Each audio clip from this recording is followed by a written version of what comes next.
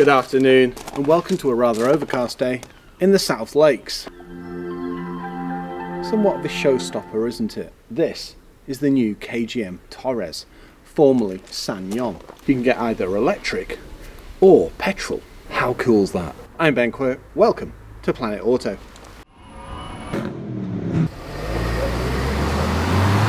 Talk about futuristic. This reminds me of a Cylon. It's rugged, it's raw, and it's not just skin deep. It actually has capabilities off-road. And look at the ride height. Fantastic looking. And it won't break the bank. I'm going to do a bit of a comparison as well, so you can see what differs from powertrain to interior to styling, because it's not as clear cut as you might think. Torres is a completely new vehicle by KGM, formerly SsangYong. Torres, powered by toughness. Now that's the brand's mantra, and it's not surprising if you look back at the history of SsangYong, or Huandong, as it started out nearly 70 years ago, was Korea's only 4x4 specialist. We've tested multiple SsangYongs, both of towing and road trips. The thing is, that's not what we're here to talk about. We're here to talk about this. The other thing about this review is it's going to be slightly different. We're going to be looking at the electric and the ICE. Now, how much does this retail for? 38,000. And this is, I suppose, what you call mid-range. So you've got the K30 and the K40. Now this is a K40, but not only that, you can get a K40 all-wheel drive. Sadly, you can't get the EV in all-wheel drive. It'd be great if they introduced that. If you like this type of video, why not subscribe to the channel? You just hit the button on the right hand side. It's free and you'll get an alert every time we upload. Also, if you do like the video, why not give it a like? It all helps and it means we can get more cars. Thank you. Now if you want to go for the EV, it will cost you just under 50,000. But something of this size, I think that's exceptional value. And you even get a 5-year warranty. Now, as this is a new breed of vehicle, and I suppose a new chapter for KGM, it's certainly got what you call distinctive looks. The only thing that really lets it down a little bit is the economy. You're talking 33 to 35 to the gallon. Our neighbour's got a Kia Sportage and that says 35, and last week I was driving it and I was getting 50. So it wouldn't surprise me if you could get 45 to the gallon in this, if you drive rather frugally. Now interestingly, there's no manuals at all automatic boxes. But the thing about SsangYong back in the day was the gearboxes that they chose were, well, exemplary. For example, they came out of the W124 Daimler-Benz. And as far as this new powertrain goes, it's rather smooth, as you'll see in the driving section. Fully electric with a decent range. When I talk about decent range, look at the size of the vehicle. What would you say, 240, 250? Well, it's closer to 280. Take it into the city and you'll see 400. Mind you, when you look into the technology, it kind of makes sense. It's lithium iron phosphate. Now, who is it who makes batteries like that? BYD, of course. You also get a 10-year warranty on it. And we've seen the nail test. Powertrain, 3-in-1. Battery size is 73.4 kilowatt. It certainly breaks the mold. Practical, it's versatile, and just wait till you take a look inside. And it's fully kitted out. And you can go for either a K30 or a K40. And dependent on where you read, people say, oh, it's related to the Corando. Well, according to KGM, no, completely new. And even on the entry level, you get things like rear heated seats, mood lighting. I mean, the way that it's got the SUV silhouette, and it's dual screens. That's the thing. What you get for the money is pretty damn good. Charging. Well, 80% in around 37 minutes. 100 kilowatt hour. Not bad. Just under 340 newton meters of torque. 207 PS and front wheel drive. Yep, I did expect all-wheel drive. The thing is, with an EV powertrain, off-road, it's amazing what you can do with two-wheel drive. It integrates things like the Korean flag into the rear. I know there was Corando E-Motion, but this takes it to a whole new level. Just look what they've made of it. It's just a big, beastie SUV. And the styling is just, well, it really floats one's boat. 20-inch wheels, you've got LED lights. I do love the way that these daytime running lights wrap round here. And as I mentioned, the Cylon. It's rough, it's rugged, it's got a 360 camera, parking sensors, adaptive cruise control, it's got lots of convenience and safety, autonomous braking, lane keep assist, adaptive cruise, road sign recognition, and you get all this for £47,000. And that's top of the range. Now you've probably gathered that I do love the styling. The way the bonnet wraps around here, lovely curvature, the deep grooves, and this is where your headlamps are. And they're pretty damn good. LED, automatic with high beam assist. The sleek lights, even the symbolism here harks back to the heritage of SsangYong. Now I said ours is around 38,000. You can actually pick one up for 35. That is a lot of car for the money. It's roomy, it's practical, it's versatile, it's chock full of safety and convenience. You'll even see some of the features that you've seen in Rexton. They've really put their all into this, and it shows. The fact that it's now class leading for space in its segment. Sleek and sporty, the daytime running lights. The styling down here. Just look at this bumper. And the thing that really impresses is, I suppose it breaks the mould of previous SsangYong. But shouldn't it do that? Because as we know, this is a new chapter. This is KGM. Tech and all manner of safety. AEB, collision detection systems, camera, parking sensors. Just look at this side. The way these flared arches jut out. It certainly makes a statement. Plastic clad 20s, decent profile tyre, colour coded wing mirrors, blind spot detection, platinum grey with the black accents and the touches of chrome. And just look at these blacked out sections too. Look at these roof rails. You go for the top grade and you get 360 camera, uprated interior, uprated alloys. I love the design. It's something completely new for KGM. They may be just for looks, but they look the part. Decent space in the arches, diamond cut and rather smart, not too low a profile tyre, and wrapped in Hankook. It's a really interesting design. As for this, the one thing it does lack is doors that cover the sill. Power folding door mirrors, blind spot detection and keyless entry. Let's take a look inside. The door opens nice and wide and no grab handle, but soft touches, sporty stitching, padded areas, and that door pocket will hold a 1.5 litre bottle. Over the last few years we've seen SsangYong get stronger and stronger as a brand. Interior qualities have improved, powertrains, etc, etc. And with this latest KGM model, it's just excelling. Climbing in, absolutely no problem. Look at the door opening.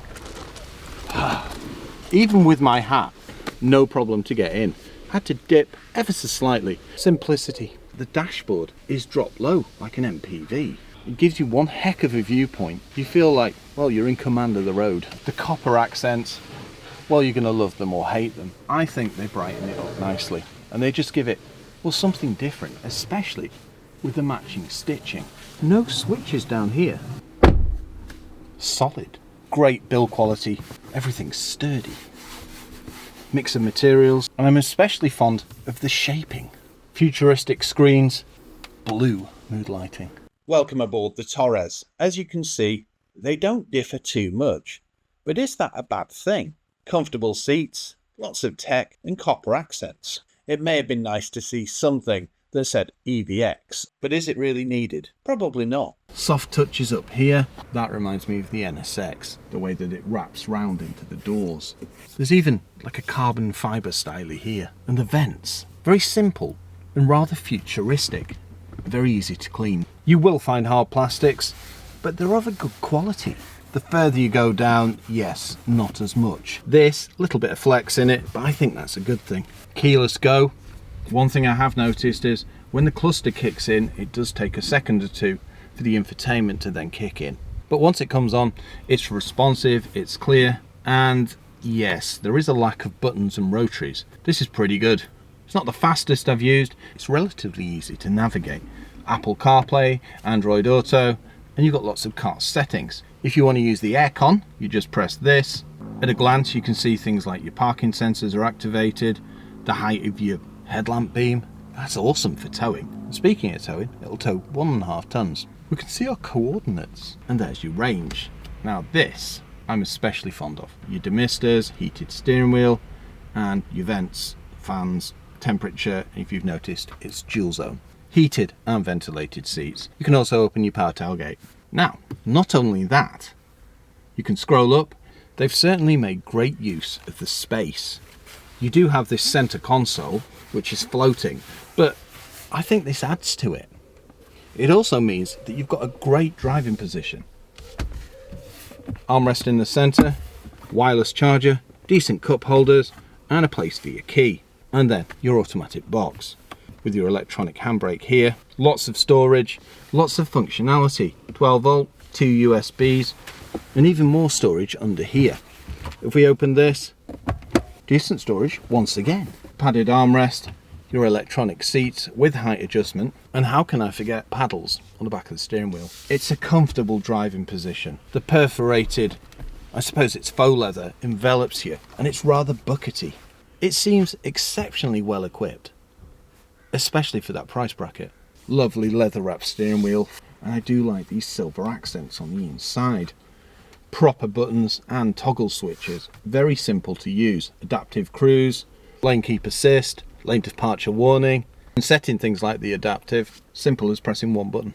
And a rather substantial footrest. Now, it would be nice to see a panoramic and maybe a light headliner.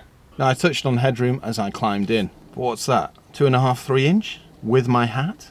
I know this is rather dapper. I do like the trees. The armrest is just wide enough for Annabelle and myself. And as it's an SUV, what do we think the glove box is going to be like? Not so bad. I like that jingle.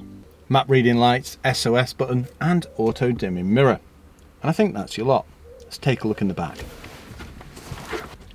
I almost forgot. The sound system's pretty good.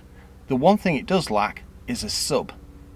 Also, climbing in and out of this feels so natural. Maybe that's just me at 6'3". You can power fold the door mirrors with this little button here. It's got a rather pleasing silhouette, and you don't need to go for this blue either. There's 5 other colours to choose from. And from the side, you can really see its ground clearance. I think they remind me of old school Range Rover. Discs all round, with the front being vented. Let's take a look in the rear. Oh, pull up blinds. Amazing. Hard plastics at the top, this curvature. Lovely padded area. Even the door pockets in the rear look like they'll hold something like a 1.5 litre bottle.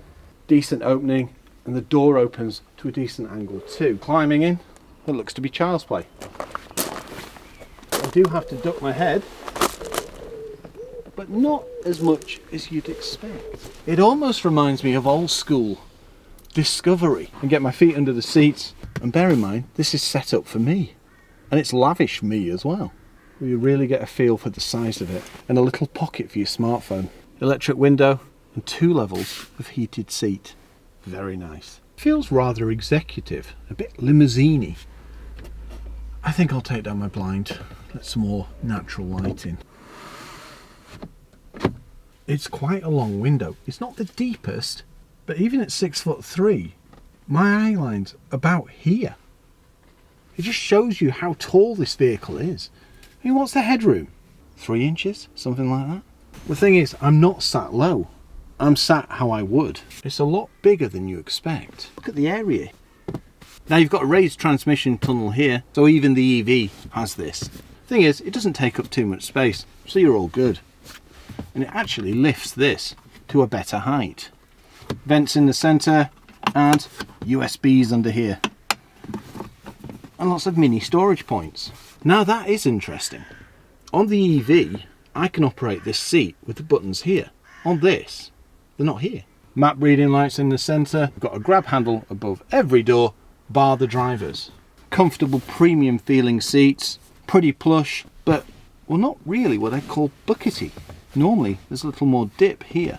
But no, supportive enough. Pull down armrest with 2 cup holders. No, it's finished very well in here. Just can't help but Isofix points and airbags around the vehicle. And oh, one last thing. We've got mood lighting in the rear too. It's lovely to see the continuity between the rear cards and the front cards. Very cool. Look at my visibility. Reclining seats. One thing I'd like to see in the next gen, seats that will slide forwards and backwards. Great to see that you've got adjustable seatbelts in the front. What you get for the money is pretty damn good. Great work, KGM. Let's take a look at the rear. The rear is certainly what you call striking. I love the squared off rear. This sporty spoiler, high level brake light, but the way that the glass cuts in here, especially with this rear C-pillar in black, the LED lights here, and the way that this juts out with Torres. And this, it may look like a feature, but it's actually functional. This is where you release the boot. Look at the way these rear haunches jut out. It gives it such an aggressive look. Overall, it just looks chunky, like the front. Rear diffuser styling, parking sensors, and a reversing camera. And yes, a tow bar. And we don't see these very often. A bee sting. There's also some safety at the rear, including cross-traffic alert. The power tailgate. Even walking down that gradient, I only had to dip my head a little bit, so on the flat I can quite easily stand under here. Class leading space. When you look in here, you can see why, especially with the seats dropped. Got our charging cables here and a false floor. Oh, that's nice. There is no space saver, but there is an inflation kit. Extra storage throughout, and you've got these areas here with strappy things and a 12 volt, perfect for a rear dash cam. And look at the size of the rear light. Good solid plastics, and it means it keeps it refined inside the cabin. It's very well put together. Everything's nice and sturdy too. No boot lip, and very easy to load. And I'd easily get 2 months of shopping in there, or a fair few suitcases. Pull out load cover, very simple to remove, just pull the end in, and you get a 5-year warranty. This pops out nice and easily. I wonder. Nope, it won't stow under the floor. Quality and spring action. Let's drop the seats. Pull this. Ooh, looking good. It lays virtually flat. And you've got little bits of carpeted section here to fill the gap. Quite easily get my mountain bike in there. The other thing about the seats being dropped is you've still got, well, a fair amount of space here. Do take note that this side, because it's a dual seat, well, it's not the lightest. Let's take a look under the bonnet. The release is here. Just pull once. Struts, immense. And you just push this right. Proper petrol engine. Lovely. You've even got a heat shield for the battery. How cool. Nice and easy to see where to top up fluids. And this is a 4-cylinder, 1.5 gasoline direct injection. No frunk. Battery here, fuses there. Very easy to see where you top up fluids. Insulation, and you can't see very much. Probably a good thing with an EV because there's a lot of voltage under there. Time to get behind the wheel. Welcome behind the wheel of the new Torres EVX by KGM. Fully electric SUV with a 73.4 kilowatt hour battery and some pretty quick charging times. And it's a beast. Well refined, fun, and it certainly looks the part. Around 200 PS and 340 Newton meters of torque. Meaning it's pretty quick. It's front wheel drive. You've got things like LED lights. And yes, it will tell you if you're speeding. It doesn't overly nag, which is nice. It's well balanced, it's comfortable, and the suspension does a damn good job. And it just flows along quietly. Decent level of regen. What I like about it is no matter if you're passenger or driver, it's a smooth, comfortable ride. We've got great visibility. Pretty quick on its feet, considering 2.5 ton. Now we've got things like high beam assist, LED lights, lots of safety, lane keep assist, avoidance systems, autonomous braking, permanently monitoring. So it's got a mega level of overwatch, road sign recognition, the whole shebang, as it were. You know, it's comfortable, it's got lovely suspension. It still allows it to be pretty damn agile, but at the same time, it doesn't compromise passenger or comfort. Driving it back from Bradford the other day, it didn't seem to use as much range as you'd expect, especially for a vehicle of this size. It does a damn good job of being efficient. Well, I found that when I took it to Carnforth. It's like, what, 11 miles there and back? I only used 8. And that was stuck in traffic as well. Well, that's the beauty of an EV, isn't it? When you're sat in traffic, it's not like burning fuel back in the old days. No, it makes the most of it, doesn't it? Exactly, yeah. No, that's a decent level of regen, and it does start in eco. And then you can change driving modes. And you can also adjust your regen here. So you've got paddles on the back of the wheel. So we're on level 3 regen at the moment. Oh, yeah, that's very nice. It does creep. Yeah. And 3 is your highest. So if you have it in 1, then it'll coast more. And it regens when you back off the accelerator and apply brakes, etc, etc. Whoa, that's almost like coasting in level 1. Cluster's straightforward. On the left hand side, you can see when it's putting power back in and when you're drawing it. 128 miles of range. And this, when it's fully charged, is closer to, well, I'd say 270. It claims 285, but obviously it all depends on temperature, what you're using, how fast you're driving, if you're being efficient, etc. Now, yes, it's not the smallest motor, but the other end of the scale, it doesn't feel unmanageable. And it's a joy to drive. It is.